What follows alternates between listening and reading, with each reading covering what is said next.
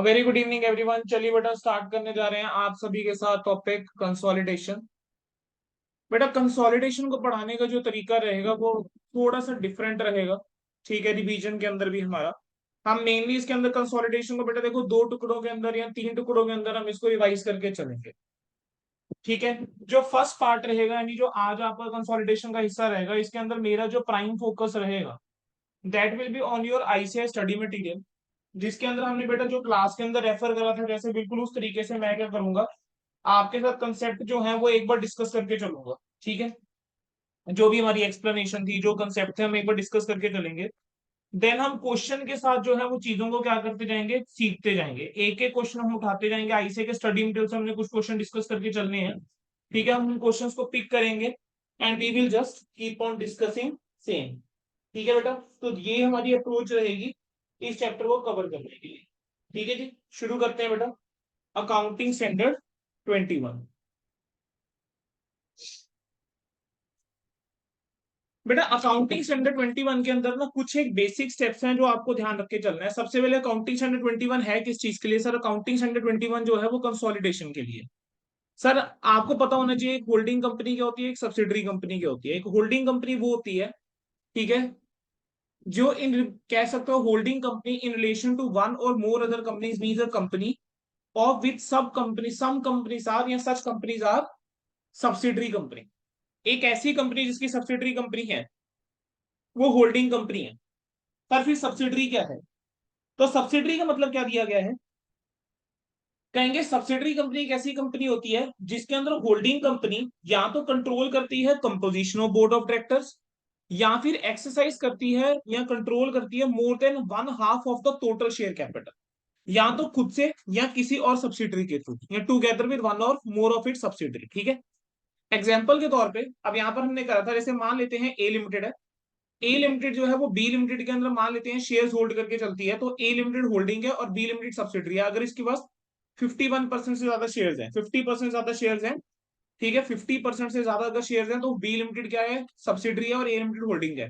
Now it can happen कि ए limited जो है उसने बी में होल्डिंग करी हुई है और बी फर्दर आगे क्या है, सी को होल्ड करके बैठा हुआ है। ठीक है, तो थ्रू इट्स मतलब कह रहे हैं ना इनडायरेक्ट इनडायरेक्टली भी आप क्या कर सकते हो, आपकी होल्डिंग हो सकती है मोर देन 50%।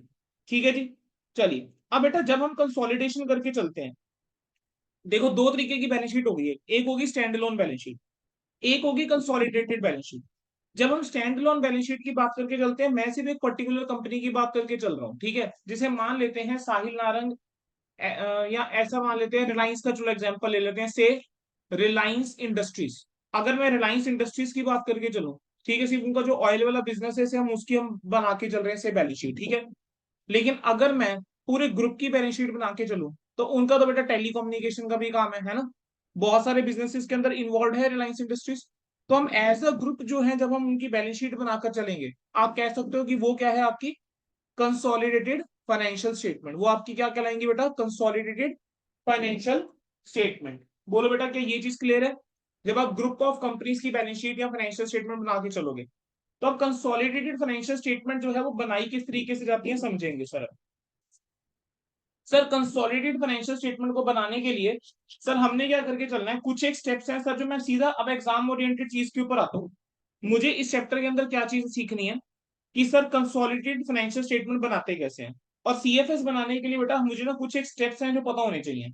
क्या स्टेप्स हैं जो पता होने चाहिए? चलिए शुरू करते हैं। सबसे पहले मेरे को क्या आना चाहिए बेटा, एक तो मेरे को शेयर होल्डिंग पैटर्न है जो मुझे पता होना चाहिए कैसे निकालना है। शेयर होल्डिंग पैटर्न सब समझते हैं?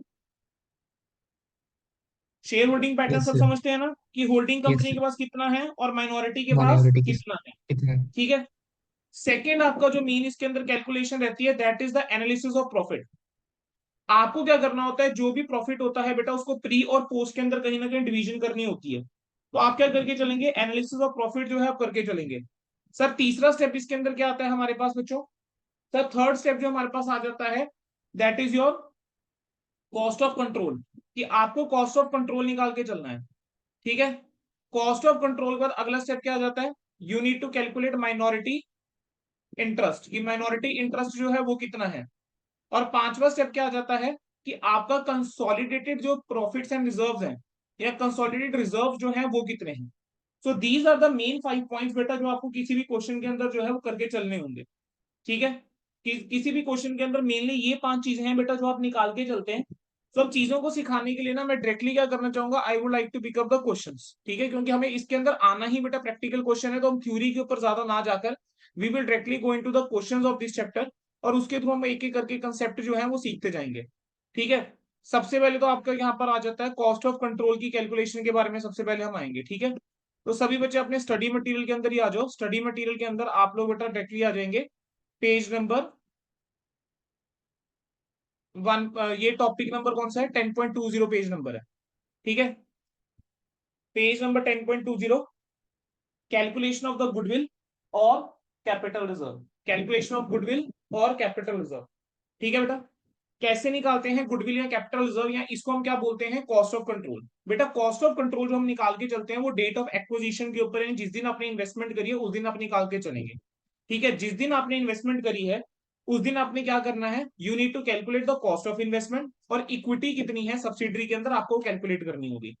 ठीक है, अगर आपका सोच के देखो, अगर मैं कह रहा हूं कि आपकी कॉस्ट ऑफ इन्वेस्टमेंट जो है वो क्या है, कम है, और इक्विटी आपकी ज्यादा है, कॉस्ट जो है वो कम है और इक्विटी जो है वो क्या है, ज्यादा है, तब क्या होना चाहिए, यानी आपको फायदा हुआ है, तो क्या निकलेगा बच्चे, यार कैपिटल रिजर्व। ठीक है, और अगर बेटा कॉस्ट ज्यादा है और इक्विटी जो है वो कम है, तब क्या करेंगे, तब क्या निकलेगा गुडविल। बच्चों, गुडविल। तब क्या आ जाएगा, गुडविल। क्लियर है, गुडविल। एग्जाम्पल के थ्रू हम इसको समझेंगे। एग्जाम्पल नंबर 1 पे आओ सभी बच्चे क्विकली। ठीक है, आपको इंफॉर्मेशन गिवन है 31/5/21 की, non current assets P limited S limited, कुछ डाटा गिवन है, कह रहे हैं पी लिमिटेड ने 100% शेयर एक्वायर कर लिए एस लिमिटेड के 31/5/21 को, at the end of year acquisition करी है, तो डेट ऑफ एक्विजिशन क्या हो जाएगी, 31/5/2021। ठीक है, अब 100% हमने एक्वायर कर लिया। अब यहां पर अगर मैं बात करके चलूं तो एस लिमिटेड की इक्विटी कितनी है, हमें उसने बताया कि 1000 में हमने एक्वायर करा है, तो मैं कह सकता हूं कि मेरे लिए यहाँ पर कॉस्ट ऑफ इन्वेस्टमेंट जो है वो कितना हो गया, क्या कॉस्ट ऑफ इन्वेस्टमेंट जो है वो 1000 हो गया। 1000। क्या, ठीक है, अब मुझे अगर इक्विटी की कैलकुलेशन करनी है, इक्विटी के अंदर क्या आ जाएगा, आपका इक्विटी के अंदर ये इशूड रिजर्व कैपिटल प्लस। ही आएगा, तो इक्विटी की वैल्यू भी क्या है, 1000 है। तो अब इस वाले केस के अंदर क्या हो रहा है कि जितने में आपकी कॉस्ट ऑफ इन्वेस्टमेंट है, मतलब जितनी इक्विटी है आपने उतने में ही एक्वायर करा है, तो यहाँ पर बराबर है दोनों। तो यहाँ पर क्या कोई गुडविल या कैपिटल रिजर्व आएगा, क्या इस वाले केस के अंदर बेटा क्या कोई गुडविल या कैपिटल रिजर्व आएगा, बोलो जी। No sir, no. नहीं, यहाँ पर कोई भी गुडविल या कैपिटल रिजर्व की कैलकुलेशन जो है नहीं होगी। ठीक है, तो कॉस्ट ऑफ कंट्रोल यहाँ क्या हो गया, नील हो गया। लेकिन अगर मैं अगला क्वेश्चन लेकर चलूं, ठीक है, अब ये एग्जाम्पल है, एग्जाम्पल नंबर कह रहे हैं मॉडिफाई करते हुए एग्जाम्पल नंबर 1 को, अब आपके पास ये डाटा दे रखा है ठीक है, अब यहाँ पर डाटा थोड़ा सा इन्होंने क्या कर दिया है, चेंज कर दिया।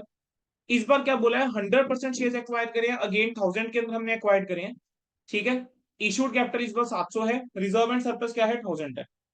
बेटा क्या यहाँ पर फर्क पड़ेगा, नहीं पड़ेगा, क्यों, वाई, शेयर कैपिटल और रिजर्व एंड सरप्लस दोनों ही किसका हिस्सा है, इक्विटी का हिस्सा है, तो इक्विटी तो आपकी 1000 ही रही ना बच्चे, इक्विटी तो क्या है, 1000 ही है। ठीक है, और आप यस सर। एक्वायर भी 1000 में कर रहे हो, तो यहाँ पर भी आपका कुछ भी नहीं आने वाला है। ठीक है बेटा, अब आ जाओ जरा एग्जाम्पल नंबर 3 के ऊपर। एग्जाम्पल नंबर 3 के अंदर कहानी थोड़ी सी चेंज हो गई।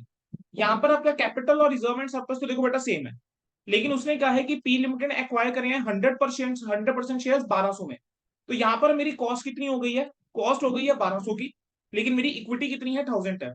ठीक है, 1000। अब इक्विटी 1000 है, कॉस्ट ज्यादा है, ज्यादा पे कर रहे हो तो क्या आने वाला है, किस लिए गुडविल। एक्स्ट्रा पे करके चल रहे हैं, फॉर गुडविल और कैपिटल रिजर्व, बोलो, गुडविल या सर कैपिटल रिजर्व, गुडविल। हाँ जी, क्या आएगा, सर गुडविल। गुडविल। गुडविल। क्या आने वाला है, ज्यादा है ना, परचेज कंसिडरेशन जो है is more than the equity, more than the equity. Purchase consideration जो है that is more than the equity, यही वाला केस बन गया ना। Yes sir. तो उसको हम कैसे रिकॉग्नाइज करके चलेंगे, गुडविल की तरह रिकॉग्नाइज करके चलेंगे। लेकिन अगर अमाउंट हमने कम पे करा है तो मेरे तो क्या है, बेनिफिट है। ठीक है, तो देखो यहाँ पर क्या आ जाएगा, गुडविल आ जाएगा। आपने क्या करा, नेटवर्थ निकाली, basically net worth is nothing but your equity. ठीक है, अब माइनॉरिटी इंटरेस्ट क्या होता है समझेंगे। बेटा जो शेयर्स होल्डिंग कंपनी के पास नहीं होते ना, दूसरों के पास होते हैं, उसको हम क्या बोल देते हैं, जो शेयर समझ लीजिए आउटसाइडर के पास है वो माइनॉरिटी इंटरेस्ट होता है, जो शेयर आउटसाइडर के पास है वो क्या है, माइनॉरिटी इंटरेस्ट है। ठीक है जी, अब एग्जाम हम क्या करते हैं बेटा, सभी बच्चे मैं चाहता हूं अब आएंगे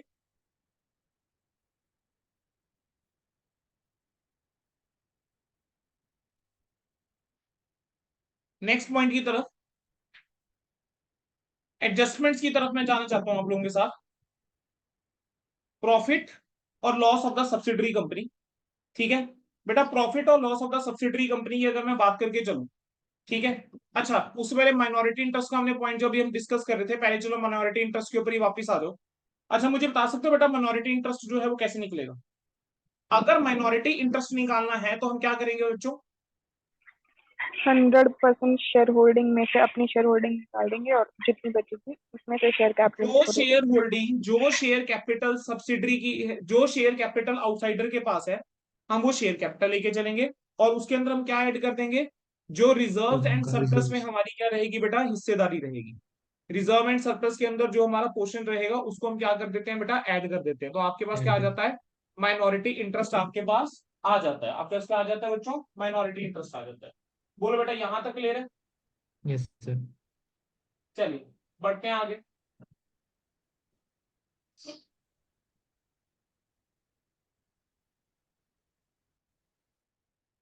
बेटा इस गेम में आ सकते हैं बेटा।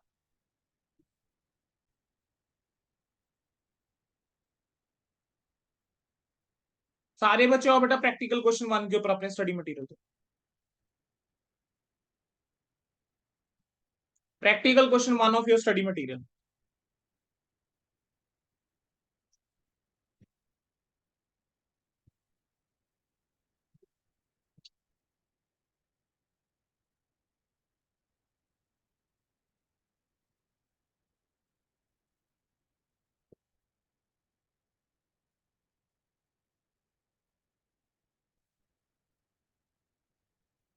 बच्चे प्रैक्टिकल क्वेश्चंस के ऊपर आ जाओ। प्रैक्टिकल क्वेश्चन नंबर 6 पे आ जाएंगे सारे बच्चे। प्रैक्टिकल क्वेश्चन नंबर सॉरी 6 पे आएंगे आप सभी। ठीक है, कौन से क्वेश्चन के ऊपर बच्चे? प्रैक्टिकल क्वेश्चन पहले हम 6 करेंगे, फिर हम प्रैक्टिकल क्वेश्चन 8 करेंगे। तो सारे बच्चे प्रैक्टिकल क्वेश्चन नंबर 6 पे आओ। Hemant limited purchase 80% shares of power limited on 1 जनवरी। 1 जनवरी को क्या करा है हेमंत लिमिटेड ने? पावर लिमिटेड के 80% शेयर खरीदे हैं 2,10,000 में। ठीक है बेटा, ये जो 2,10,000 है क्या मेरे लिए कॉस्ट ऑफ इन्वेस्टमेंट हो गई? ये जो 2,10,000 है, कहने से this is my cost of investment. Yes sir. ठीक है जी। Issued capital of power limited on 1 January was 1,50,000 and balance था पीएनएल के अंदर 90,000 रुपए का। जिस दिन हमने एक्विजिशन करी है उस दिन कह रहे हैं 1,50,000 और 90,000 रुपए का बैलेंस था। और during the year ended profit कितना कमाया है? 30,000 रुपए का प्रॉफिट कमाया है। और at the end of year declare करा है डिविडेंड और पे करा है डिविडेंड 22,500 का। तो आपसे क्वेश्चन में पूछा गया है, एक तो बताओ माइनॉरिटी इंटरेस्ट क्या होगा 1 जनवरी को और 31 दिसंबर को, और आपको गुडविल और कैपिटल रिजर्व भी निकाल के दिखाना है on the date of acquisition. ठीक है बेटा, सबसे पहले अगर मैं बात करके चलूं आपकी कौन से पार्ट की? गुडविल या कैपिटल रिजर्व की, या जिसको मैं नाम देता हूं कॉस्ट ऑफ कंट्रोल। अगर हम कॉस्ट ऑफ कंट्रोल की बात करके चलें, फॉर कॉस्ट ऑफ कंट्रोल मैंने पहली कैलकुलेशन करी कि मेरी कॉस्ट ऑफ इन्वेस्टमेंट कितनी है। नाउ अब मैं क्या करूंगा? Now I will calculate equity. अब इक्विटी। इक्विटी के अंदर देखो क्या आ जाएगा सर? शेयर कैपिटल आएगा इक्विटी के अंदर। जिस दिन हमने एक्विजिशन यस करी सर, है वन उस लाख दिन फिफ्टी शेयर थाउजेंड कैपिटल कितना था? 1,50,000 रुपए की शेयर कैपिटल थी। हमने कितना एक्वायर करा है? 80%। तो 1,50,000 का भी क्या करना पड़ेगा बेटा? 80%। 1,50,000 का 80% करोगे कितना आता है? 1,20,000। सर इस दिन प्रॉफिट एंड लॉस का बैलेंस कितना था, यानी रिजर्व कितने थे इस दिन? सर 90,000 रुपए के रिजर्व थे इस दिन।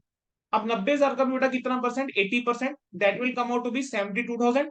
ठीक है, तो टोटल कितना हो गया बच्चे? 1,92,000। तो ये जो 1,92,000 आया ये मेरी इक्विटी हो गई और कॉस्ट ऑफ इन्वेस्टमेंट हो गया 210। इन दोनों का जो डिफरेंस है वो क्या कहलाएगा? गुडविल या कैपिटल रिजर्व। अब इस गुडविल। केस में क्या आएगा? सर हमारी परचेज कंसिडरेशन जो है वो ज्यादा है, जी ठीक है, गुडविल और हमारी गुडविल। इक्विटी जो है वो कम है। तो जो आपने एक्स्ट्रा पे करा है वो किसके लिए पे करा होगा? गुडविल के लिए पे करा होगा। तो आपकी गुडविल कितनी आ जाएगी बेटा? 18,000। याद रखेंगे हम कॉस्ट ऑफ कंट्रोल का आप निकाल के चलते हैं on the date of acquisition of cost of control जो है बच्चे आप निकाल के चलेंगे। क्वेश्चन के अंदर अगला उसने सवाल पूछा था, कह रहे हैं माइनॉरिटी इंटरेस्ट निकाल के दिखाओ 1 जनवरी को भी और 31 दिसंबर को भी। चलिए बेटा, अगर 1 जनवरी को मुझे माइनॉरिटी इंटरेस्ट निकालना है तो 1 जनवरी को बेटा मेरा माइनॉरिटी इंटरेस्ट जो है वो किस तरीके से निकलेगा, और 31 दिसंबर को मेरा माइनॉरिटी इंटरेस्ट कैसे निकलेगा? सर मिनोरिटी इंटरेस्ट का मतलब क्या हुआ? सर मिनोरिटी इंटरेस्ट का मतलब हुआ जो पैसा, यानी जो शेयर होल्डिंग किसके पास है? आउटसाइडर के पास है, प्लस जो उनका हिस्सा बनता है प्रॉफिट्स के अंदर। सर हमारे पास 80% की हिस्सेदारी है, तो इनके पास शेयर कैपिटल के अंदर कितनी हिस्सेदारी है? 20%। ट्वेंटी तो मैं परसेंट ऐसा बोल सकता हूं कि 1,50,000 का 30। 20%, 30,000 जो है इनकी क्या है? शेयर कैपिटल है। और Profit profit and and loss loss के अंदर इनकी हिस्सेदारी बच्चे कितनी होगी सर 20%। 90,000 का 20%। 1 18,000। जनवरी को 18,000 पे इनको बिलोंग करता है, तो टोटल मैं कह सकता हूँ 48,000 48,000 जो है 1 जनवरी को क्या है बेटा इनकी माइनॉरिटी। माइनॉरिटी इंटरेस्ट है। अब मैं बात करके चलो 31 दिसंबर की, तो 31 दिसंबर को शेयर कैपिटल के अंदर तो कोई चेंज नहीं बेटा। 1.5 लाख रुपए का कितना परसेंट 20% इनका एज इट इज रहेगा, 30,000 तो रहेगा। अब आ जाते हैं माइनॉरिटी प्रॉफिट एंड लॉस के ऊपर, तो जब ध्यान देंगे प्रॉफिट एंड लॉस के अंदर क्या होने वाला है सर, मेरा प्रॉफिट ना स्टार्टिंग में ईयर में 90,000 कितना था 90,000 40,000। रुपए का बेटा मेरा प्रॉफिट था स्टार्ट में। हमने ड्यूरिंग द ईयर 30,000 रुपए का प्रॉफिट अर्न करा, लेकिन बेटा 22,500 का जो है वो डिविडेंड भी 22,500 दे दिया। तो मेरे पास जो प्रॉफिट है वो है कितना फिर सर, मेरे पास जो प्रॉफिट है वो हो गया 1/20 में से 22,500 गया, ठीक है 1/20 में से 22,500 गया, कितना आ रहा है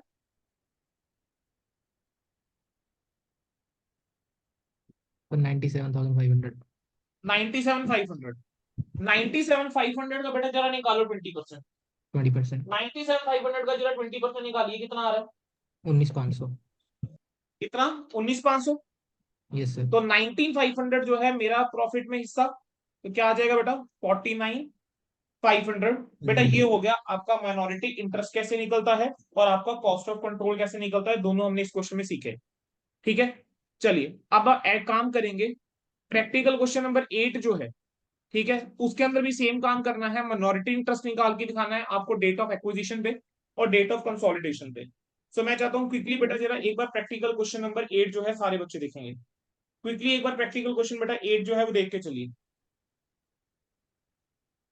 एक क्वेश्चन था इलस्ट्रेशन नंबर 5, मुझे याद आ रहा है मनदीप ने मेरे से पूछा था डाउट के अंदर, मैंने वो क्वेश्चन क्लास के अंदर करवाया नहीं था, मैंने कहा था क्वेश्चन जरा खुद से ट्राई करना, अगर हो जाएगा ठीक है, नहीं होगा मैं रिवीजन के अंदर डिस्कस करूंगा।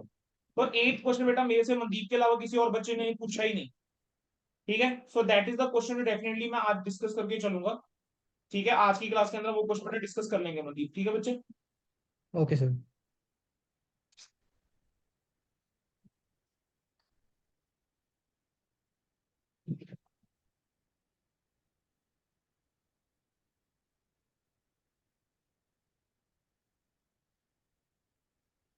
ये क्वेश्चन ट्राई करो बेटा सारे अभी के भी, दिया थोड़ा सा टाइम दिया, ट्राई कीजिए उसका मैं करवाऊंगा।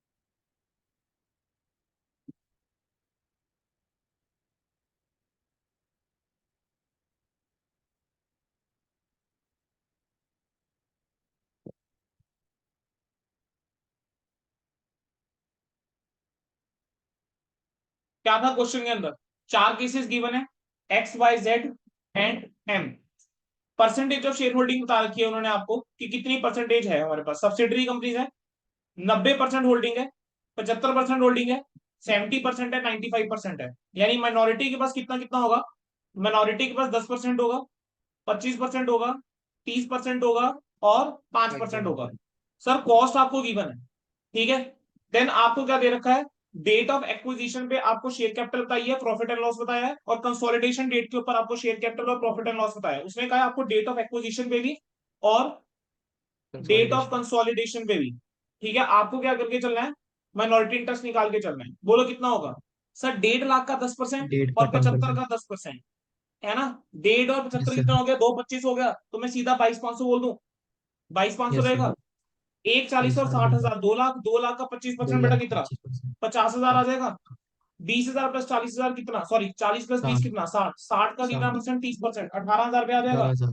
ठीक है 60,000 प्लस 35,000 95,000, 95 का 5% कितना बेटा सर 4750 आ जाएगा। 4750। डेट ऑफ कंसोलिडेशन भी क्या होगा सर, 1.5 और 85, 1,50,000 दो की पैंतीस, 80,000। 235 का 10% 23,500, 1 40 और 20 1 60, 1 60 का 1,60,25। 25% 40,000, 40 और 20 60,000, 60,000 का 60,000 का 30%, 30%। अगेन 18,000, और 1 लाख पांच 5,000 का 15,000 रुपए का 5% कितना आ रहा है 5750 खत्म जी। कौन सी वाली रीना मैम? क्लियर, समझ आया कैसे करना है यस सर। सभी को? हाँ जी, दीक्षा, हर्ष, आयुष, बेटा क्लियर है? Yes sir. Yes sir, clear है। चलिए ठीक है बेटा, मैं ना देखो कंसोलिडेशन जब आपको रिवाइज करवा रहा हूँ ना, मैं बिल्कुल बेसिक के साथ स्टार्ट करें। I could have directly pick the full fledge question, लेकिन मैंने बिल्कुल बेस के साथ स्टार्ट करा, ताकि अगर किसी बच्चे ने, कोई बच्चा बाई चांस ऐसा है जिसका कवर नहीं भी हो रखा था क्लास के अंदर रेगुलर के अंदर ढंग से, तो उसको भी थोड़ा बहुत तो चलो कनेक्ट कर पाए, समझ आ पाए। पूरा तो नहीं आ सकता बिल्कुल समझ, ठीक है, बिल्कुल एक रिवीजन से एकदम से, लेकिन एटलीस्ट उसको थोड़ा बहुत तो समझ में आए कि हाँ यार चल क्या रहा है क्लास के अंदर, ठीक है ना। चलिए अब शुरू करेंगे बेटा हम आगे का कंसेप्ट। अब बेटा मैं क्या चाह रहा हूँ, अब हम ना कंसोलिडेशन के अंदर बेटा कुछ एक ना एडजस्टमेंट्स होती हैं, हम एक एक करके ना उन एडजस्टमेंट्स को डिस्कस करने वाले हैं। तो मैं चाहूंगा वापस आ जाएंगे अपने स्टडी मटेरियल के अंदर, आप लोग आ जाए पेज नंबर 10.28 के ऊपर आ जाओ, सारे बच्चे पेज नंबर 10.28 के ऊपर आ जाएंगे।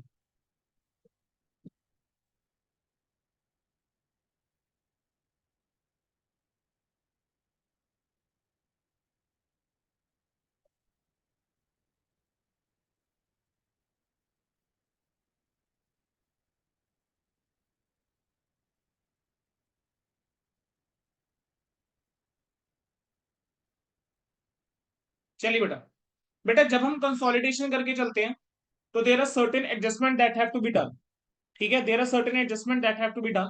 अब वो जो एडजस्टमेंट रहती है वो क्या रहती है, समझेंगे इस चीज को। सबसे पहली एडजस्टमेंट जो बेटा जो करनी पड़ सकती है, that is the revaluation of the assets of the subsidiary company. ठीक है बेटा, ऐसा हो सकता है कि जो फेयर वैल्यू होती है एसेट्स की ऑफ द सब्सिडरी कंपनी, वो उसकी बुक वैल्यू से डिफरेंट हो सकती है। और जो पेरेंट कंपनी होती है बेटा, होल्डिंग कंपनी को क्या बोल देते हैं बेसिकली, पेरेंट कंपनी। जो पेरेंट कंपनी है वो चाहे तो क्या कर सकती है, रीवैल्यूएशन एसेट्स की परफॉर्म कर सकती है सब्सिडरी की for the purpose of consolidation. कि कंसोलिडेशन के लिए हम क्या करके चलेंगे, जो एसेट्स हैं उसको क्या लेकर जाएंगे, फेयर वैल्यू के ऊपर हम लेकर चलेंगे, ठीक है, रीवैल्यूड फिगर के ऊपर लेकर चलेंगे। अब बात इतना समझ लेना कि जो सब्सिडरी की सेपरेट फाइनेंशियल स्टेटमेंट बनती है उसके अंदर कोई रिवैल्यूएशन नहीं हो रही, but only for the consolidation purpose आप रिवैल्यूएशन जो है वो करके चलते हो। तो बेटा जब आप रिवैल्यूएशन करके चलोगे सब्सिडरी के फिक्स एसेट्स की, तो उसके ऊपर या तो देखो प्रॉफिट हो रहा होगा या लॉस हो रहा होगा। तो जो भी आपका प्रॉफिट एंड लॉस है उसको आप capital profit and loss treat करके चलोगे। उसको आप क्या ट्रीट करके चलोगे, कैपिटल प्रॉफिट एंड लॉस जो है आप ट्रीट करके चलेंगे, ठीक है।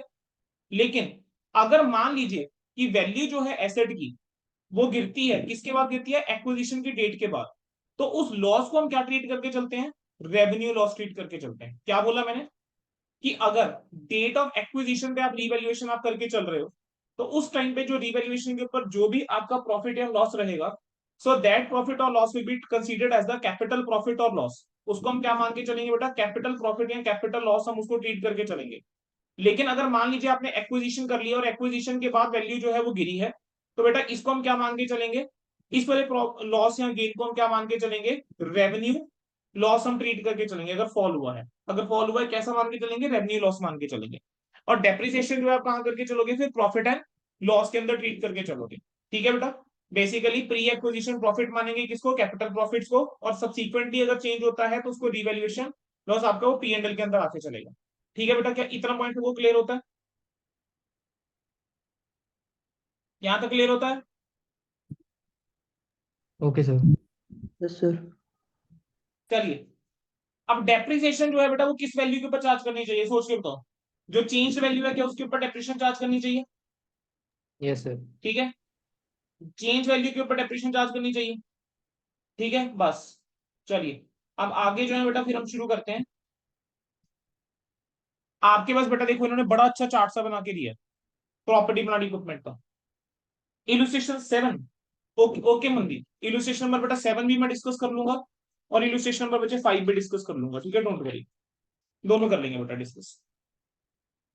प्रॉपर्टी प्लांट एंड इक्विपमेंट, बेटा प्रॉपर्टी प्लांट इक्विपमेंट देखो, इनिशियल रिकॉग्निशन की अगर हम बात करके चले, तो इनिशियल रिकॉग्निशन है फेयर वैल्यू जो है माइनस द कैरिंग अमाउंट।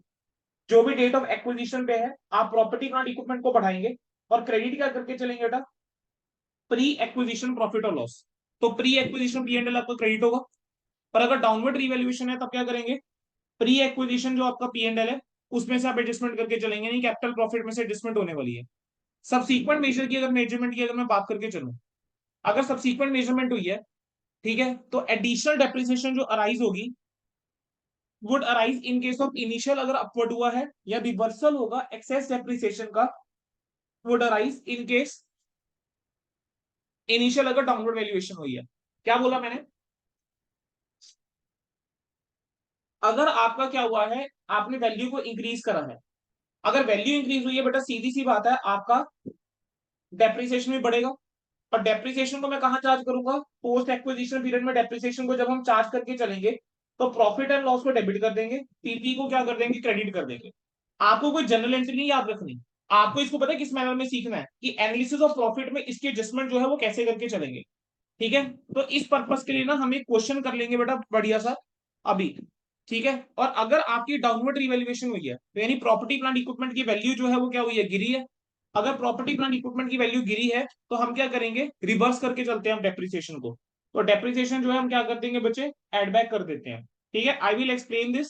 ठीक है, हम एक क्वेश्चन के थ्रू ये वाले कंसेप्ट जो है बिल्कुल समझ लेंगे, डोंट वरी। ठीक है, अब हम कह रहे हैं कि जो डेबिट या क्रेडिट होता है ऑन अकाउंट ऑफ रीवैल्यूएशन, वो आप रीवैल्यूएशन रिजर्व में भी लेके जा सकते हो या फिर पीएनएल पे लेके जा सकते हो। वो डिपेंड करता है कि फर्स्ट टाइम अपवर्ड वैल्यूएशन है या डाउनवर्ड रिवैल्यूएशन है, वो उसके ऊपर डिपेंड करके चलता है। लेकिन अल्टीमेटली क्या करेंगे, जितने भी रिजर्व होते हैं वो आपको प्री और पोस्ट के अंदर बांटने ही पड़ेंगे। अब मैं आपको थोड़ा सा कंसेप्ट याद दिला देता हूँ। बेटा हमने एक अकाउंटिंग स्टैंडर्ड करा हुआ है प्रॉपर्टी प्लांट और इक्विपमेंट का। प्रॉपर्टी प्लांट और इक्विपमेंट वाले अकाउंटिंग स्टैंडर्ड के अंदर हमने एक कंसेप्ट पढ़ा था रीवैल्यूएशन का। रीवैल्यूएशन के कंसेप्ट के अंदर हमने बेटा एक कंसेप्ट पढ़ा हुआ है रीवैल्यूएशन का। रीवैल्यूएशन के कंसेप्ट के अंदर हमने कुछ ऐसा पढ़ा हुआ है कि देखो बेटा, अपवर्ड रीवैल्यूएशन हो सकती है, दूसरा क्या है? डाउनवर्ड रीवैल्यूएशन हो सकती है। अगर अपवर्ड रीवैल्यूएशन होती है, वो पहली बार अपवर्ड रीवैल्यूएशन हुई है, तब आप प्रॉपर्टी प्लांट इक्विपमेंट को डेबिट कर देते हो और आप क्रेडिट कर देते हो रीवैल्यूएशन रिजर्व को। ठीक है, रीवैल्यूएशन सरप्लस को आप क्रेडिट कर देते हो। दूसरा क्या होता है कि अगर पहले डाउनवर्ड एवेल्युएशन हुई थी और फिर अपवर्ड रीवैल्यूएशन हुई है, यानी सब्सिक्वेंटली अपवर्ड हुई है, तो सबसे पहले आपने क्या करना है? पीएनएल को रिवर्स करना होता है टू द एक्सटेंट, है ना? याद आ रहा है नहीं आ रहा? Yes sir. अरे बच्चों याद है नहीं है? तो अब हम क्या करके चलेंगे sir? Property plant equipment debit जरूर होगा, लेकिन पहले पीएनएल को क्रेडिट करेंगे और उसके बाद आप रिवैल्यूएशन सरप्लस को आप क्रेडिट करके चलोगे टू द एक्सटेंट। ठीक है, पीएनएल से ज्यादा वाला है। डाउनवर्ड के अंदर भी सेम चीज है। अगर इनिशियली क्या है? डाउनवर्ड रिवैल्यूएशन है, दूसरा क्या है? पहले अपवर्ड था अब डाउनवर्ड हुआ है। अगर इनिशियली डाउनवर्ड है तब तो profit and loss account debit to PPE हो जाता है। लेकिन अगर इनिशियली अपवर्ड था तो आपने क्या करा होगा? रिवैल्यूएशन सरप्लस को रिकॉग्नाइज करा होगा। तो सबसे पहले मुझे रिवैल्यूएशन सरप्लस को यूज करना चाहिए जितना पड़ा हुआ है, फिर हम मुझे पीएनएल करना चाहिए, और पीएनएल के बाद मैं क्या करूंगा? प्रॉपर्टी प्लांट इक्विपमेंट यहाँ पर क्या कर दूंगा बेटा? क्रेडिट कर दूंगा। तो ऐसा कुछ बेटा आप लोगों को याद आ रहा होगा कि ऐसा कुछ सर, हाँ जी सर कुछ तो पड़ा था ऐसा कुछ। Yes sir. ठीक है, बस सेम कंसेप्ट जो है बेटा कहीं ना कहीं आपका ना एडजस्टमेंट यहाँ पर होके चलती है। ठीक है, अब इसके रिगार्डिंग एक क्वेश्चन में देख लेता हूँ, अगर कोई अच्छा सा क्वेश्चन मिल जाता है जिसके अंदर हमारा ये पॉइंट जो है वो कवर हो जाए तो बहुत बढ़िया हो जाएगा। देखो बेटा, ये मैंने आपको स्टेप्स लिखवाए थे, ये देखो मैंने आपको यहाँ पे स्टेप्स लिखवाए थे, ये जरा स्टेप्स के ऊपर ध्यान देंगे। क्या बोला मैंने? सबसे पहले आप फेयर वैल्यू देखो या रिवैल्यूड अमाउंट देखोगे डेट ऑफ एक्विजिशन के ऊपर। ठीक है, फिर आप कैरिंग अमाउंट देखोगे डेट ऑफ एक्विजिशन के ऊपर, कैरिंग अमाउंट जो है वो कितनी है। जो भी आपका डिफरेंस आ रहा है सेकंड और वन का, वो आपका यहाँ तो बेटा रिवैल्यूएशन प्रॉफिट है या रिवैल्यूएशन लॉस है। ठीक है, यहाँ तो आपका रिवैल्यूएशन प्रॉफिट या लॉस आपका आ जाएगा। ठीक है जी, अब एडजस्टमेंट आप कैसे करके चलोगे? या तो सर प्री एक्विजिशन प्रॉफिट में अंदर एडजस्टमेंट होगी, दूसरा एक तो प्री एक्विजिशन प्रॉफिट में एडजस्टमेंट होगी, दूसरा कंसोलिडेटेड बैलेंस शीट के अंदर भी मुझे एडजस्टमेंट इसकी करनी पड़ेगी। ठीक है, अब जो डेप्रिसिएशन है रीवैल्यूड अमाउंट के ऊपर, जो पोस्ट एक्विजिशन वाला पीरियड है, उसमें से माइनस कर दीजिए जो डेप्रिसिएशन आप ऑलरेडी चार्ज कर चुके हो। तो जो आपका डिफरेंस आ रहा है उसको आप क्या करके चलोगे? एडजस्ट करके चलोगे पोस्ट एक्विजिशन के अंदर, या फिर एडिशनल डेप्रिसिएशन जो है उसको क्या करेंगे? रिवर्स करेंगे। अब इस चीज को अगर समझना है तो इसके लिए बेटा मेरे को लगता है बेस्ट एग्जांपल आपका ये है। और बेटा ये जो आपका एग्जांपल नंबर 7 है, ठीक है, मैं आपको बता देता हूँ। This has been asked by your institute, this example number 7 has been asked by your institute in mock test paper 2। Mock test paper 2 जो आईसीआई का है, इंस्टीट्यूट ने सिमिलर टाइप का एक क्वेश्चन फ्रेम किया और क्वेश्चन के अंदर उन्होंने रिक्वायरमेंट पूछी, कह रहे हैं आपको इंपैक्ट बताना है रिवैल्यूएशन के ऊपर क्या होगा। तो मैंने क्यों स्टडी मटेरियल का एक एक चीज क्लास के अंदर कोशिश करी है कवर करवाने की, उसका रीजन ही यही है। जब भी बेटा नए सिलेबस का अटेम्प्ट होता है, पहले कुछ अटेम्प्ट होते हैं तो इंस्टीट्यूट यूजुअली क्या करता है? सिमिलर क्वेश्चंस पूछ लेता है जो आपके स्टडी मैट के अंदर होते हैं। उन्होंने क्या करा है? होल्डिंग कंपनी का फुल फ्लेज क्वेश्चन ना देके दो क्वेश्चन दे दिए। एक क्वेश्चन के अंदर उन्होंने टेस्ट करा है कॉस्ट ऑफ कंट्रोल और वो सब चीजें, और दूसरे क्वेश्चन के अंदर उन्होंने ये चीज चेक कर ली। अब जरा ये वाला क्वेश्चन एक बार देखेंगे, कह रहे हैं एक्स लिमिटेड ने क्या करा है बेटा, मैं कलर चेंज कर लेता हूँ, कौन सा कलर कर ले, ब्लैक कर लेते हैं। X limited acquired 16,000 equity shares of 10 each, ठीक है, ऑन 1 October 2021 फॉर 306,800। बेटा 3,06,800 के अंदर हमने क्या करा है, एक्स लिमिटेड ने एक्वायर कर लिया है 16,000 share. Profit and loss account S limited का शो करता है कि 10,000 का बैलेंस था 1 अप्रैल को। प्लांट एंड मशीनरी जो है एस लिमिटेड की would stood in the books at 1,50,000 on 1 April। 1 अप्रैल को प्लांट मशीनरी डेट की थी और कहने उसको 180 का मान के चल रहे हैं जितने हमने एक्विजिशन करी है, ठीक है। अब आपको इन्फॉर्मेशन गिवन है दोनों कंपनीज की, कह रहे शेयर कैपिटल एक्स लिमिटेड की कितनी है, 5 लाख है, एस लिमिटेड की 2 लाख है, और 10 रुपए का एक शेयर है। बेटा अगर 10 रुपए का एक शेयर है, क्या नंबर ऑफ शेयर जो है वो 20,000 हो गए हैं, ठीक है। अब 20,000 में से 16,000 शेयर जो है हमने एक्वायर करके चल रहे हैं, तो मीन 80% होल्डिंग है हमारे पास। तो माइनॉरिटी का इंटरेस्ट कितना हो जाएगा, क्या 20% जो है माइनॉरिटी इंटरेस्ट हो गया, पहले तो क्या ये चीज समझ में आती है। Yes sir. अब आपको जो डाटा गिवन है वो 31 मार्च 22 का गिवन है, ठीक है। और आपसे इस क्वेश्चन के अंदर मुझे करना क्या है, what just I have to see कि what will the impact of the revaluation on the depreciation, ठीक है। तो समझना शुरू करेंगे बेटा। देखो 3,06,800 जो है बेटा, ये तो देखो मेरी कॉस्ट है, ये तो मेरी कॉस्ट ऑफ इन्वेस्टमेंट है, ठीक है। अब यहां पर अगर मैं देखूं, शुरू करते हैं बेटा। 1 अप्रैल 2021 को बुक वैल्यू क्या थी, सर 1 अप्रैल 21 को बुक वैल्यू थी 1.5 लाख रुपए की।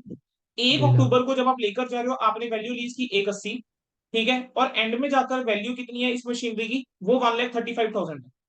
अब हमने एक चीज सीखी है कि अगर रीवैल्यूएशन हो रही है वो तो कंसोलिडेशन पर्पस के लिए हो रही है ना, रीवैल्यूएशन तो कंसोलिडेशन पर्पस के लिए हो रही है। जो एस लिमिटेड की स्टैंड अलोन स्टेटमेंट होती है उसके अंदर तो रीवैल्यूएशन का कोई इंपैक्ट नहीं है, एस लिमिटेड की स्टैंड अलोन में तो रीवैल्यूएशन का कोई इंपैक्ट नहीं है ना बच्चों। No sir. अब मेरे पास कंसोलिडेटेड। 1.5 लाख रुपए की वैल्यू थी at the beginning of the year, at the end of year ये 1,35,000 है। तो 1.5 लाख और 1,35,000 का जो डिफरेंस आ गया, ये आपका डिफरेंस कितना हो गया, 15,000 हो गया। 15,000 अगर मैं होगा, तुमसे 10%। डेप्रिसिएशन का रेट पूछूं, क्या तुम बता सकते हो कि डेप्रिसिएशन सर 10% यानी रेट लगा डेप्रिसिएशन का, है ना। अब मुझे रेट पता लग यस गया सर। कि 10% पर एनम जो है वो डेप्रिसिएशन लगती है। अब जरा सोच के देखो, सर 1 अक्टूबर को आप ना लेकर जा रहे हो इस मशीनरी को, इस एसेट को 180 में। 1 अप्रैल को ये जो था वो 1.5 लाख का था। 1 अप्रैल को ये कितने का था, 1 अप्रैल को बेटा ये चीज 1.5 लाख की थी। अगर इसके ऊपर मैं 6 महीने की डेप्रिसिएशन लगाऊं भी, तो इसकी वैल्यू 142,500 बनती है। ये 142,500 कैसे आई, सबको समझ में आया। 7,500 की डेप्रिसिएशन लग जाएगी 1.5 लाख के ऊपर 6 महीने की। यस तो सर। 1 अक्टूबर को जो बुक वैल्यू होगी वो इतनी होगी, 1 अक्टूबर को बुक वैल्यू इतनी होगी 1,42,500, ठीक है।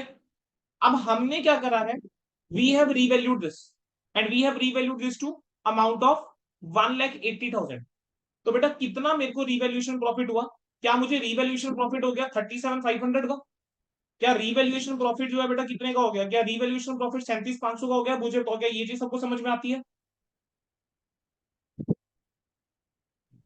Yes sir.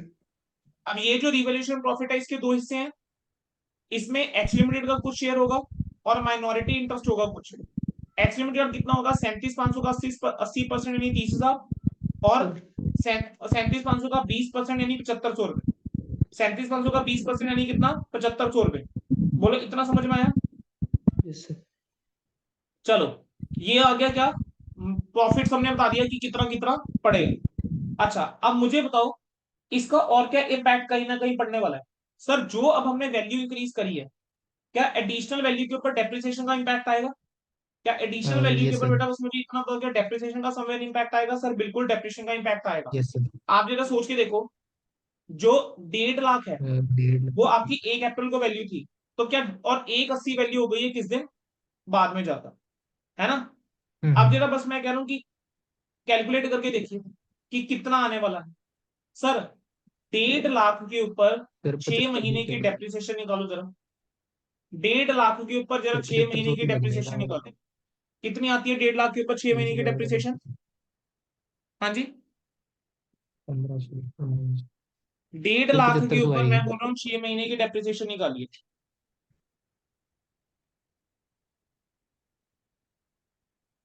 ठीक है। अब मैं आपको क्या बोल रहा हूँ, 1,80,000 के ऊपर डेप्रिसिएशन निकालो 6 महीने की। दो तरीके हैं कैलकुलेट करने के, दोनों तरीके सिखा रहा हूं। 1.5 लाख के ऊपर डेप्रिसिएशन निकालो 6 महीने की। कितनी आती है डेप्रिसिएशन 1.5 लाख के ऊपर 6 महीने की 10% के हिसाब से? बताओ जरा, कैलकुलेट करो बेटा, कितना आ रहा है? 7500 7500। 7500 और 9000 9000 7500 और और यहाँ 9000 कितना? 9,000। टोटल कितना हो गया? 9000 16,500। 16500 आपने पूरे साल में कितनी डेप्रिसिएशन जो चार्ज कर चुका हुआ है लिमिटेड ऑलरेडी? 15000 क्या 15,000 ऑलरेडी चार्ज कर चुका हुआ है? तो 1500 एडिशनल एडिशनल डेप्रिसिएशन कितनी आ गई है? एडिशनल डेप्रिसिएशन आ गई बेटा 1,500 रुपए की। 1500 एडिशनल डेप्रिसिएशन आ गई 1,500 रुपए की। ऑल्टरनेटिवली आप सिर्फ पोस्ट एक्विजिशन वाला ही कंसीडर करो, आप सिर्फ पोस्ट एक्विजिशन वाला कंसीडर कर लो। ऐसा क्यों बोल रहा हूं मैं सर? क्योंकि आपने क्या करा है, 1 अक्टूबर को जाके वैल्यूएशन करी, तो 1 अक्टूबर तक तो डेप्रिसिएशन सेम ही है ना। तो डेप्रिसिएशन का जो इम्पैक्ट पड़ने वाला है वो क्या 1 अक्टूबर के बाद ही पड़ने वाला है? यस सर डेप्रिसिएशन का इम्पैक्ट जो पड़ने वाला है वो 1 अक्टूबर के बाद पड़ने वाला है, राइट? यस सर 1 अक्टूबर के बाद कितनी डेप्रिसिएशन लगाओगे सर? 1,80,000 के ऊपर 10% 6 महीने की 9,000 डेप्रिसिएशन। और post acquisition depreciation subsidiary already कितनी लगा के बैठा हुआ है? 7,500 रुपए की। तो 7500 रुपये एडिशनल डेप्रिसिएशन आप कितनी लगा के चल रहे हो? 1,500 रुपए 1500 की। रुपये की तो पोस्ट एक्विजिशन प्रॉफिट इंपैक्ट होगा ना बेटा। यस सर इसका इंपैक्ट कहां पर पड़ेगा? पोस्ट एक्विजिशन प्रॉफिट पोस्ट के में ऊपर आपका इसका इंपैक्ट पड़ जाएगा। ठीक है, अब पोस्ट एक्विजिशन प्रॉफिट के अंदर इसका इंपैक्ट पड़ेगा। तो मुझे तो एक्स लिमिटेड का इसमें शेयर कितना होगा? 1,200। और माइनॉरिटी का कितना होगा? 300 होगा। 300 बस ये करना था बेटा इस क्वेश्चन के अंदर। क्वेश्चन उसने पूछा ही ये था मॉक टेस्ट पेपर 2 के अंदर कि इंपैक्ट ऑफ रिवैल्यूएशन का क्या होगा प्लांट एंड मशीनरी के ऊपर। ठीक है, impact of revaluation of plant and machinery, this was the question. Done है जी। तो ये जो बीच में जो मैं एग्जांपल गिवन है ना, इसको छोड़ के जाने की गलती मत करना। मैं आपको बेटा मैं आपको ना 4 चैप्टर में आपको बोले हैं कि 4 चैप्टर ऐसे हैं जो बड़े इंपॉर्टेंट है आपके एग्जामिनेशन के लिए। One is internal reconstruction. Syllabus तो देखो बेटा कुछ भी पूछा जा सकता है, इतना बड़ा सिलेबस है, कुछ भी पेपर में आ सकता है। मैं किसी चैप्टर को ये नहीं कह रहा छोड़ के जाओ, but there are certain topic जो मैं कह रहा हूँ छोड़ के जाने की गलती कोई बच्चा मत करना। Buy back, why? Because buy back में से आपको क्वेश्चन दिखेगा पेपर के अंदर, केस स्टडी बेस्ड एमसीक्यू दिखेगा, चांसेस पूरे पूरे हैं। 8 नंबर के एमसीक्यू, वो भी फ्री के नंबर है। ठीक है, जो इवन इन्होंने मॉक टेस्ट पेपर 2 के अंदर क्वेश्चन डाला है वो सॉल्व करके देखना जरा। ठीक है, मैंने भी अपने मॉक टेस्ट पेपर 2 के अंदर एमसीक्यूज वहीं से उठाए थे, आईसीए वाले से। तो वो क्वेश्चन जरा सॉल्व करके देखना तुम लोग। ठीक है, वो भी आसान क्वेश्चन पूछा हुआ है। ठीक है, देन आपका अगला चैप्टर कौन सा? कंसोलिडेशन। कंसोलिडेशन से 100% क्वेश्चन आने ही आना है। ठीक है, नेक्स्ट आपका अमेलगमेशन, 100% क्वेश्चन आना है। Internal reconstruction 100% question, schedule 3 100% question. और उसके अलावा आपका अकाउंटिंग स्टैंडर्ड 10 12 16, अकाउंटिंग स्टैंडर्ड 10 12 16, ठीक है, और 28। ये छोड़ने की गलती मत करना। क्या बोला मैंने? 10 12 16 28। ये छोड़ने की बच्चा कोई बच्चा गलती मत कर देना, ये मैंने बता दिया। वाई? बिकॉज इसके ऊपर केस स्टडी बेस्ड क्वेश्चन आपका बन सकता है।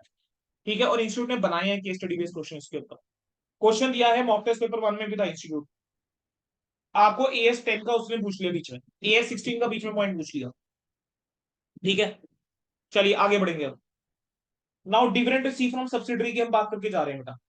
बेटा डिविडेंड रिसीव फ्रॉम सब्सिडरी की अगर मैं बात करके चलूं तो सर सबसे पहले तो डिविडेंड की अगर हम बात करके चले, देखो सर मुझे ना डिविडेंड की जब हम बात होती है तो मुझे एक चैप्टर याद आता है अकाउंटिंग फॉर इन्वेस्टमेंट वाला, यानी एएस 13 मुझे थोड़ा सा याद आता है। 13 के अंदर हमने एक चीज पढ़ी हुई है कि एक कंसेप्ट होता है प्री एक्विजिशन इनकम का, एक होता है पोस्ट एक्विजिशन इनकम का। याद आ रहा है नहीं याद? जो प्री एक्विजिशन इनकम होती थी उससे क्या करते थे, इन्वेस्टमेंट की कॉस्ट को घटाते थे, है ना। यानी क्या मैं ऐसा बोल सकता हूं कि अगर डिविडेंड डिक्लेयर करा गया है out of the pre acquisition profits, है ना, या फिर मैं ऐसा बोलूं कि प्री एक्विजिशन पीरियड का अगर डिविडेंड है तो उसका इंपैक्ट क्या होना चाहिए? क्या उससे मेरी इन्वेस्टमेंट की कॉस्ट कम होनी चाहिए आइडली? क्या इन्वेस्टमेंट की कॉस्ट कम होनी चाहिए? और अगर पोस्ट एक्विजिशन वाला है तो मेरा वो रेवेन्यू प्रॉफिट का हिस्सा बनना चाहिए, मेरा पीएनएल के अंदर जाना चाहिए। इतना सबको समझ में आता है? ठीक है, यस अब हम कह रहे हैं कि अगर होल्डिंग कंपनी को डिविडेंड मिला है सब्सिडरी कंपनी से तो आपको देखना पड़ेगा कि वो डिविडेंड जो है वो कौन से वाला है। क्या डिविडेंड वो कैपिटल प्रॉफिट में से दिया गया है, यानी क्या वो डिविडेंड जो है वो प्री एक्विजिशन प्रॉफिट में से है? अगर वो dividend sir pre acquisition profits में से है, ठीक है, तब क्या करेंगे, आपको इन्वेस्टमेंट को रिड्यूस करना चाहिए, क्रेडिट करना चाहिए इन्वेस्टमेंट में। अगर वो डिविडेंड जो है वो रेवेन्यू प्रॉफिट में से है, ठीक है, तो आपको भी अपने पीएनएल के अंदर उसका हिस्सा मान के चलना चाहिए। ठीक है, आपको क्या करना चाहिए, पीएनएल के अंदर आपको हिस्सा जो है उसका मानना चाहिए। अब आगे वो कहता है कि अगर मान लीजिए कंट्रोलिंग इंटरेस्ट जो है वो एक्वायर करा था during the course of the year, तो प्रॉफिट को आपको बांटना पड़ेगा प्री और पोस्ट के अंदर टाइम बेसिस के ऊपर, अगर कोई भी इंफॉर्मेशन जो है वो नहीं दे रखी। अब यहाँ पर इन्होंने ट्रीटमेंट बताया है, कह रहे हैं प्री एक्विजिशन डिविडेंड का ट्रीटमेंट क्या होगा, सॉरी पोस्ट एक्विजिशन डिविडेंड का ट्रीटमेंट क्या होगा। कह रहे हैं अगर सब्सिडरी ने उसकी अकाउंटिंग कर ली हुई है, ठीक ठीक है, तब क्या होगा, कोई भी फर्दर एडजस्टमेंट जो है वो नहीं रिक्वायर्ड है, कोई भी फर्दर एडजस्टमेंट बच्चों नहीं रिक्वायर्ड है। लेकिन अगर सब्सिडरी ने उसकी अकाउंटिंग नहीं करी है, तो हमें उसको कंसोलिडेशन के टाइम पे एडजस्ट करके चलना पड़ेगा। होल्डिंग कंपनी की बुक्स के अंदर क्या होना चाहिए, पोस्ट एक्विजिशन डिविडेंड का हमें पीएनएल जो होता है होल्डिंग कंपनी का उसको क्रेडिट करना चाहिए। अगर हम बात करके चले प्री एक्विजिशन डिविडेंड की, तो प्री एक्विजिशन डिविडेंड में क्या होगा सर, अगर होल्डिंग कंपनी ने उसकी अकाउंटिंग करी हुई है, और अगर सही अकाउंटिंग करी हुई है, सही अकाउंटिंग का मतलब क्या है, that they have reduced it from the cost of investment, तब तो आपको कोई भी फर्दर एडजस्टमेंट करने की जरूरत नहीं है। लेकिन अगर होल्डिंग कंपनी ने गलत अकाउंटिंग करी हुई है, तब आपको एंट्री को क्या करना पड़ेगा, रिवर्स करना पड़ेगा, ठीक है, और क्रेडिट करना पड़ेगा। Reverse the entry past and credit investment in subsidiary, investment की कॉस्ट को आपको क्या करना पड़ेगा, घटाना पड़ेगा।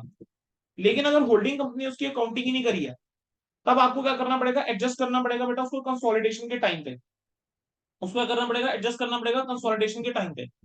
अगर अकाउंटिंग जो है वो नहीं करी है सब्सिडरी कंपनी ने, अगर not accounted by the subsidiary company है, तब क्या करेंगे, अब तब आप क्या करेंगे बेटा, कंसोलिडेशन के टाइम पे आप एडजस्टमेंट करके चलेंगे।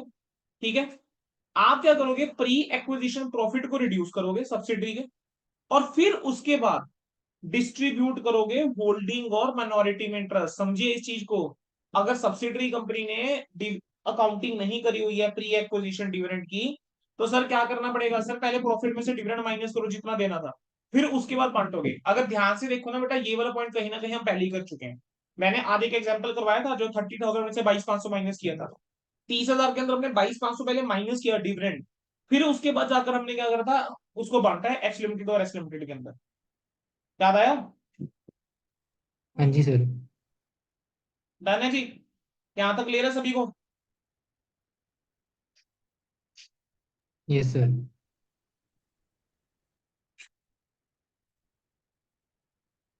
इलुस्ट्रेशन नंबर 1 मैनेजेबल है, आराम से कर लोगे आप लोग। इलुस्ट्रेशन नंबर 2 मुझे डिस्कस नहीं करनी है, it is again manageable illustration. Illustration number sir 3 जो है, it is a good illustration. यहाँ पर मेरे ना कौन कौन से पॉइंट कवर होते हैं इलुस्ट्रेशन नंबर 3 के अंदर बच्चे मेरे कवर होते हैं, प्रॉपर्टी प्लांट इक्विपमेंट की वाला पॉइंट भी कवर हो जाता है, रिवैल्यूएशन वाला पॉइंट भी कवर हो जाता है मेरा यहाँ पर, और यहाँ पर मेरा डिविडेंड वाला पॉइंट भी कहीं ना कहीं कवर हो जाता है। क्वेश्चन की रिक्वायरमेंट क्या है कि आपको गुडविल या कैपिटल रिजर्व निकाल के चलना है ऑन द एक्विजिशन। ठीक है, अब गुडविल या कैपिटल रिजर्व यहाँ पर निकाल के चलना है। चलिए एक बार इलस्ट्रेशन नंबर 3 देखो सारे बच्चे। बेटा एक्स लिमिटेड ने क्या करा है, 70% of the equity share acquire करे हैं जेड लिमिटेड के। किस दिन एक्वायर करे हैं, 31 मार्च 2021 को बच्चे एक्वायर करके चले हैं। कितने की कॉस्ट के ऊपर, 70 लाख की कॉस्ट के ऊपर। तो कॉस्ट ऑफ इक्विटी मुझे पता लगी कितने की है, cost of investment basically it is your 70 lakh rupees. ठीक है, अब इंफॉर्मेशन अवेलेबल है जेड लिमिटेड की। सर मैंने पूरा क्वेश्चन देख लिया सर, मुझे ना कहीं पर शेयर कैपिटल नहीं नजर आया, रिजर्व एंड सरप्लस मुझे नजर नहीं आ रहा, नहीं आ रहा है ना नजर, शेयर कैपिटल और रिजर्व एंड सरप्लस। नो तो क्या सर। करना पड़ेगा, मुझे कहीं ना कहीं वहां तक पहुंचना नेटवर्क पड़ेगा, दिखा रही और वहां तक पहुंचने का फिर एक ही तरीका है कि मैं assets assets minus minus liabilities करूं, लायबिलिटीज। तभी वहां तक पहुंचूंगा, है ना। अब क्वेश्चन यस में सर। उसने ये बोला है कि कुछ एक रीवैल्यूएशन करी गई है जो इसके अंदर इंक्लूडेड नहीं है। प्रॉपर्टी प्लांट इक्विपमेंट को आपने क्या लेकर जाना है, 20% से बढ़ाना है, यानी प्रॉपर्टी 120%। प्लांट इक्विपमेंट 144 के लेके जानी है। इन्वेस्टमेंट को 10% से डाउन, यानी investment will be 49.5। Current asset जो है वो कितना, 70। लोन एंड एडवांसेस कितना, 15। ठीक है, अब ये हो गया आपके एसेट्स। इसमें से माइनस क्या करके चलूंगा, डिबेंचर माइनस कर दूंगा 90 का, मैं माइनस कर दूंगा करंट लाइबिलिटीज कितने की, 50 की। तो जो मेरे पास रिजल्ट आएगा कहने से ये मेरी इक्विटी है, और इक्विटी का बेटा एक और नाम होता है नेटवर्थ। तो मेरी इक्विटी आ गई। ठीक है, 138.5। अब इस इक्विटी के अंदर हमारी हिस्सेदारी कितनी होगी, चलो इक्विटी माइनस करें तो जरा कितनी है, 138.5। 138.5। ठीक है बेटा, मॉक टेस्ट पेपर 2 के अंदर this was the second question which has been asked. Mock test paper 2 के अंदर उन्होंने दो सवाल दिए। मॉक टेस्ट पेपर 2 के अंदर उन्होंने दो सवाल दिए होल्डिंग के अंदर, part A part 2, part A part B. Part A was this, part B आपका ऊपर इम्पैक्ट ऑन दी वैल्यूएशन का। ठीक है, कितना आ रहा है सॉल्व करके ये जरा मुझे बताना। 138.5 आ रहा है क्या? Yes sir. अब 138.5 का इसमें होल्डिंग का शेयर कितना होगा? होल्डिंग यानी एक्स लिमिटेड का शेयर जो है वो 70%। कितना होगा? 70% होगा। 70% निकालो जरा कितना आता है? 96.95। 96.95 आ जाता है, ठीक है। और 70 और लाख का कॉस्ट। कॉस्ट ऑफ इन्वेस्टमेंट कितनी है सर? 70 की है। कॉस्ट ऑफ इन्वेस्टमेंट कितनी है सर? 70 की है 70 की।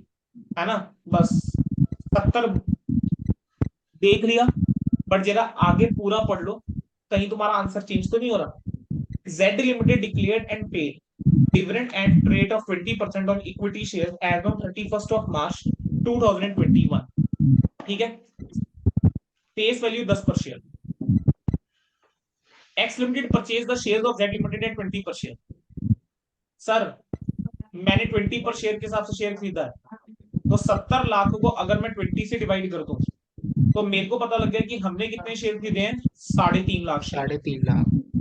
3.5 लाख शेयर अगर हमने खरीदे हैं और ये 70% के बराबर है, तो कम तो उसके टोटल शेयर्स कितने होंगे? क्या टोटल शेयर्स 5 लाख होंगे? टोटल शेयर्स क्या 5 लाख होंगे? Yes sir. आप जरा बस इतना बता दो, क्वेश्चन के अंदर बोला क्या है? कितने परसेंट डिविडेंड डिक्लेयर करा गया? 20%। 20% होना फेस वैल्यू के ऊपर 20% निकालूंगा तो पर शेयर क्या 2 रुपए, 2 रुपए पर शेयर डिविडेंड हो गया। 5 पैसे। और ये डिविडेंड जो यस। है कौन से साल का है? 31 ये मार्च 21 का 31 डिविडेंड मार्च है ये। 2021 का। और हमने एक्विजिशन कब करी है? 31 मार्च 21 को करी है। 31 मार्च क्या प्री 2021। एक्विजिशन में से डिविडेंड दिया गया बेटा? अगर प्री एक्विजिशन से डिविडेंड दिया गया, क्या मुझे अपनी कॉस्ट ऑफ इन्वेस्टमेंट को घटाना चाहिए? कॉस्ट ऑफ तो मुझे इन्वेस्टमेंट। 70 में से क्या करना चाहिए? क्या 7 माइनस करना चाहिए? 7 कैसा है समझ में आया?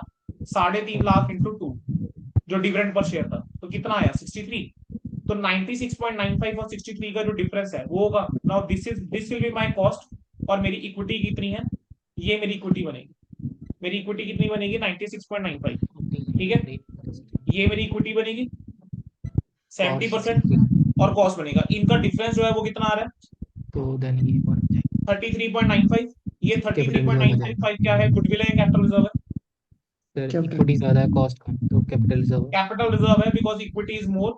हमारे पैसा कम गया तो कैपिटल प्रॉफिट है मेरे लिए, तो this is the capital reserve for me. बोलो बेटा, क्या यहां तक क्लियर होता है? ठीक है सर। इजी। हम्म। चलिए,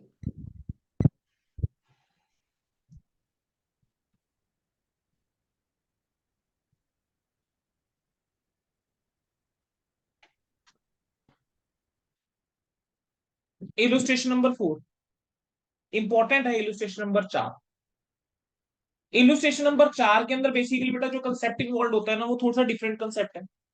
वो कंसेप्ट क्या है समझेंगे बेटा। यहां पर जो कंसेप्ट इन्वॉल्व हुआ है वो ये है, कह रहे हैं कि जो भी लॉसेस होते हैं, कह रहे हैं जो लॉसेस होते हैं बेसिकली कंसेप्ट इज माइनॉरिटी के जो लॉसेस होते हैं वो किससे ज्यादा नहीं हो सकते?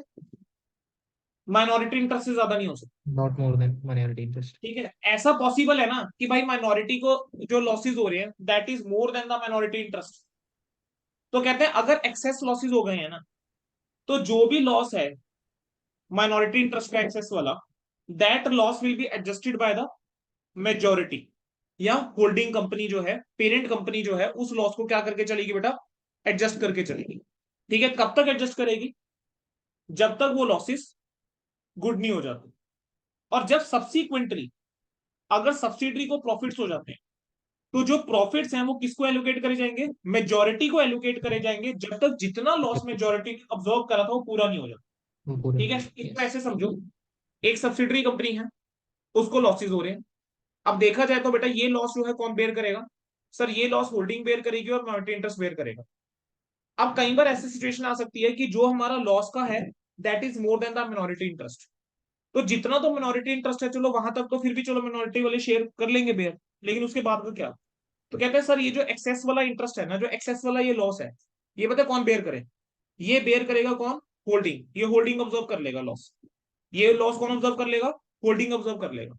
अब होल्डिंग ये लॉस ऑब्जर्व कर लेगा, सर उसके बाद क्या होगा? जब फ्यूचर में जाकर सब्सिडरी को प्रॉफिट्स होंगे, तो जितना ये लॉस होल्डिंग ने ऑब्जर्व करा होगा उतना लॉस जो है पहले होल्डिंग को दिया जाएगा, उतना मतलब बेसिकली प्रॉफिट के अंदर हिस्सेदारी होल्डिंग की बनेगी। उसके बाद कहीं जाकर हम जो है माइनॉरिटी को प्रॉफिट द्वारा देने बैठेंगे। उसके बाद बेटा हम कहीं माइनॉरिटी को जो है वो प्रॉफिट द्वारा देने बैठेंगे। बोलो बेटा, क्या इतनी बात समझ में आती है? क्या इतनी बात समझ में आई? क्या बोला मैंने? Yes sir. ठीक है, बस इसी बेस के ऊपर बेटा आपका क्या है, अगला सवाल है। इसी बेस के ऊपर बच्चे क्या है, हमारा अगला सवाल है। तो चलिए बेटा एक बार हम ये वाला क्वेश्चन जो है कर लेते हैं। ठीक है, let's just start this question.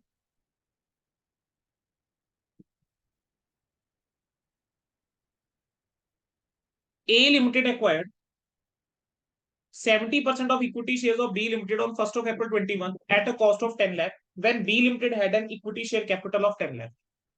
ठीक है जी, 10 लाख के अंदर तुमने शेयर खरीदे 70%। जिस टाइम पे इक्विटी कितनी थी? 10 लाख की थी। और रिजर्व एंड सरप्लस कितने का था? 80 का। ठीक है जी, कह रहे हैं इन द 4 कंसेक्यूटिव ईयर्स, अगले 4 साल में क्या हुआ, बी लिमिटेड को बहुत लॉसेस हुए सर। 2.5 लाख, 4 लाख, 5 लाख, 1.20। ठीक है, इतने के लॉसेस हुए। 2025 में जाके क्या हुआ, चलो एक टाइम लाइन बना लेता हूं ना इजी के लिए। हमने एक्वायर करा 1 अप्रैल 2021 को। सर इस दिन जो है वो शेयर कैपिटल कितने की थी?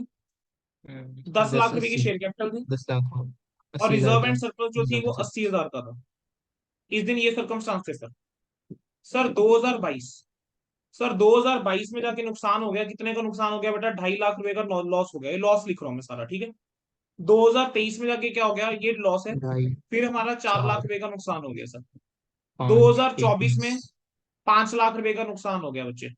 अरे मिस कर गया बच्चे, हिंदी। सर। 5 4, लाख बेटा 5 और पहले 1 20। ध्यान देना है। 5 ठीक है, सर फिर बोला। 1.20। फिर उसके बाद बेटा क्या आ जाएगा, 2026।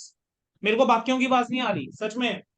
रेगुलर लेक्चर में ये होता था, मुझे ऐसा लगता था मेरे पास एक बच्चा पढ़ रहा है, मेरे पास बेटा रिवीजन में भी ये चीज हो रही। प्लीज बच्चे रिवीजन में तो पार्टिसिपेट करके चलेंगे सारे बच्चे, अब तो आता है सबको। ठीक है, 25, 2026 26, में क्या हुआ सर, देर आफ्टर इन 50,000 का 25-26 profit. Perfect. B limited experience और उसको 50,000 रुपए का बेटा यहाँ पर प्रॉफिट हो गया। तो मैंने पॉजिटिव लिख दिया। 2027 में जाकर क्या हो गया, 2027 में जाकर 1 लाख रुपए का 1 प्रॉफिट हो लाख गया। और 1.5 लाख और का। 2028 में जाके क्या हो गया, 1.5 लाख रुपए का प्रॉफिट हो गया।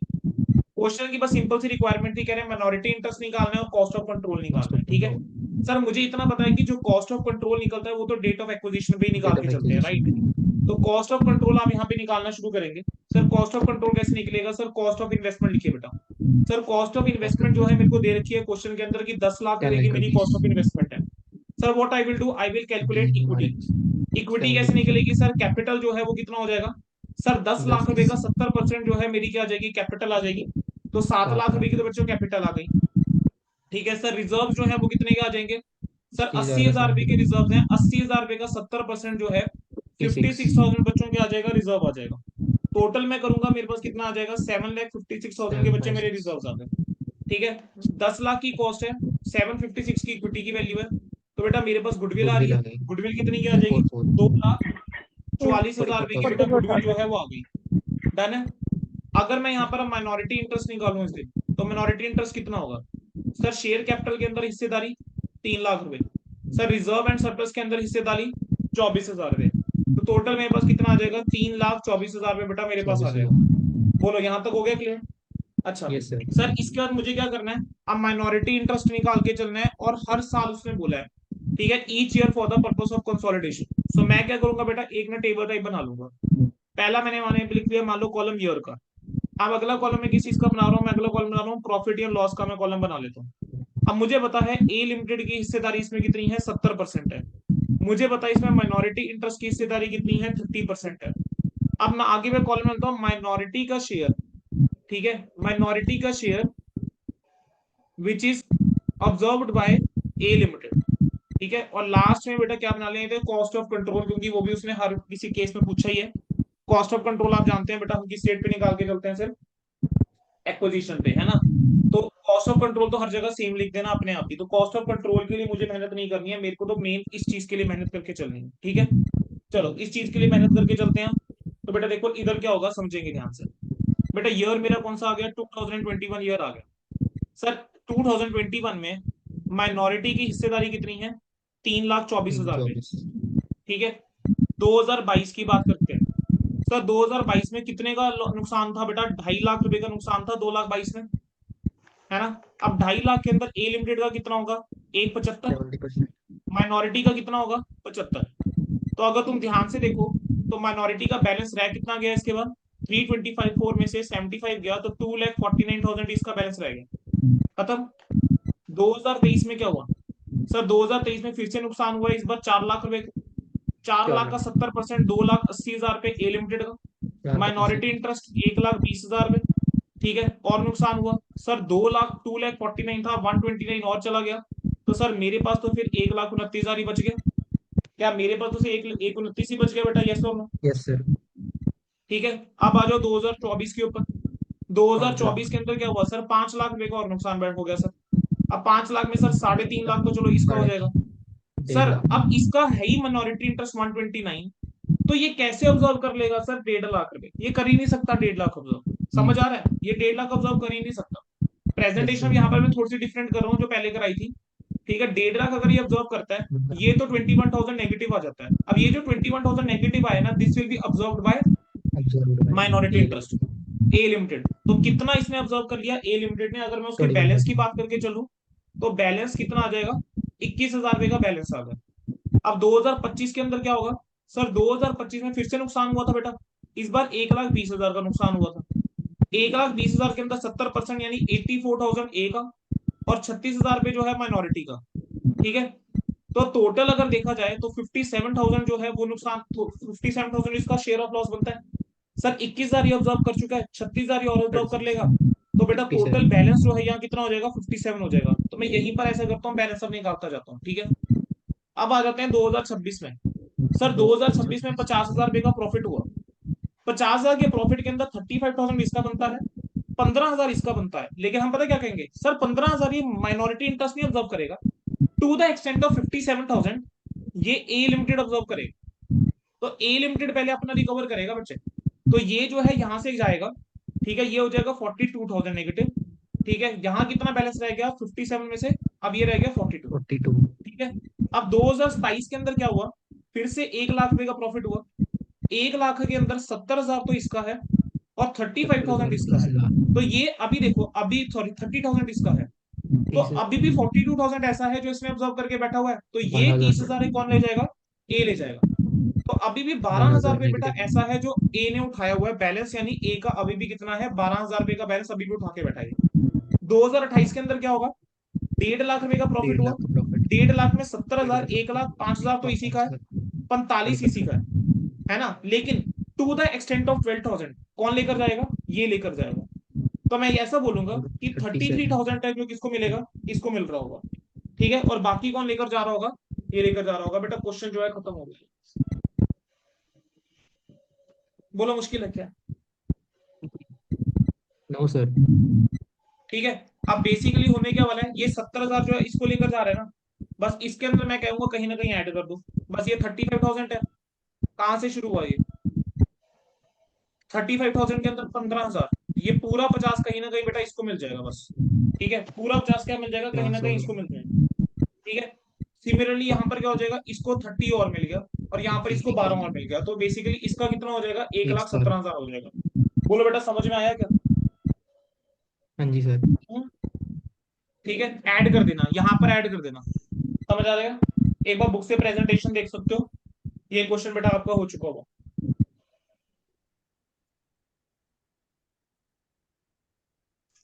यहां तक क्लियर है बच्चों, यस सर। ठीक है। बेटा मैं ना कंसोलिडेशन की मल्टीपल वीडियोस रखूंगा, ठीक है। ऐसा करते हैं,